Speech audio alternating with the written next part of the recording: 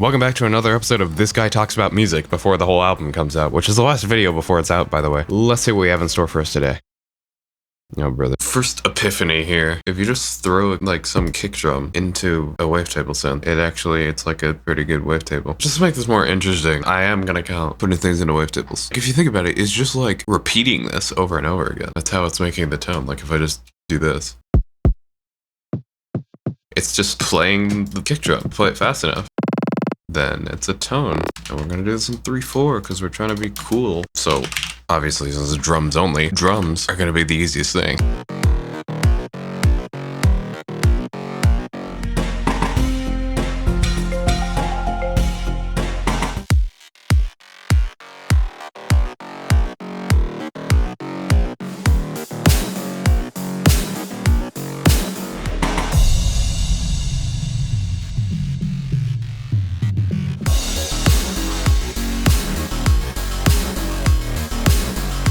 Get some rubber saws.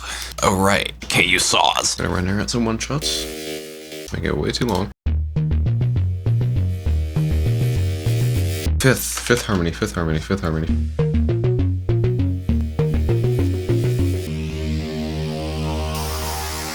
And we're going to do a spectral blur. I'm allowing myself to use normal stuff if I'm using it to synthesize drums. For this next part, I wanted some guitars, but of course I couldn't actually do that. So I put a synth through a guitar amp and added some guitar-esque elements to give it the same vibe. It doesn't sound exactly like a distorted guitar, of course, but I think it serves the same purpose here. Let's use a tom sample and make a lead out of it. In case you haven't seen the previous videos, every song in this album has a theme. The theme of this one is fighting back against an unstoppable force. This glitchy repetition that happens a lot in this song represents said unstoppable force, and how it suddenly changes into something completely different is how it's fighting back against it. Since of course it's unstoppable, the song devolves into this glitchiness and speeds up into infinity. The first couple sections of the song are also repeated at the end with minimal changes to represent the theme even more. This is Guys in a YouTube video in 2025 who uses drums in a song in 2025. Who listens to songs in okay, I'll stop. Put a Maximus on the master and put the pre-gain and all of the compressor bands all the way up, and then put the compressor shape completely flat so you're squashing all of the dynamics out of your song. It really improves the listening experience, I would say. I'm absolutely making a cat out of a cowbell.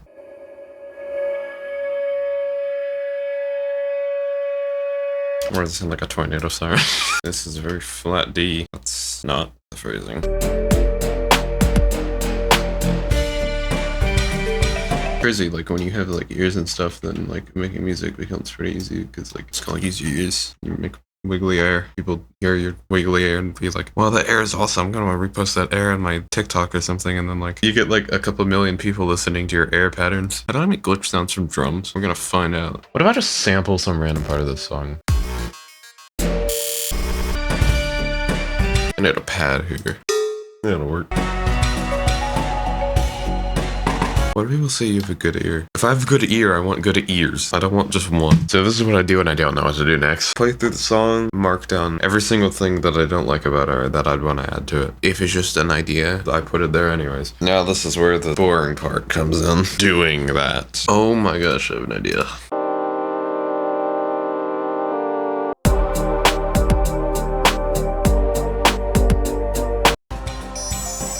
My ear.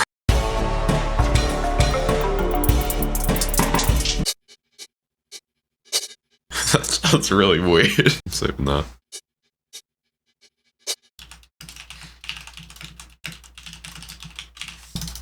Just, add a few extra notes here and there.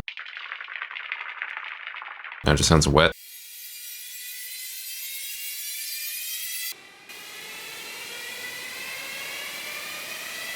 I'm gonna sidechain the reverb because I'm crazy like that. Crazy.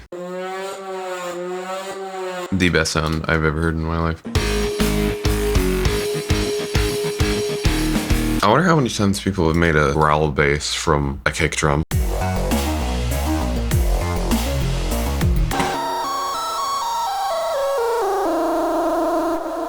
The forbidden turkey. For another fake guitar part, I wanted a solo right here. This one I put even more guitar elements in it, and even wrote what it's playing on a guitar, just to capture whatever style I might have when writing. I think we're done. I think it's done.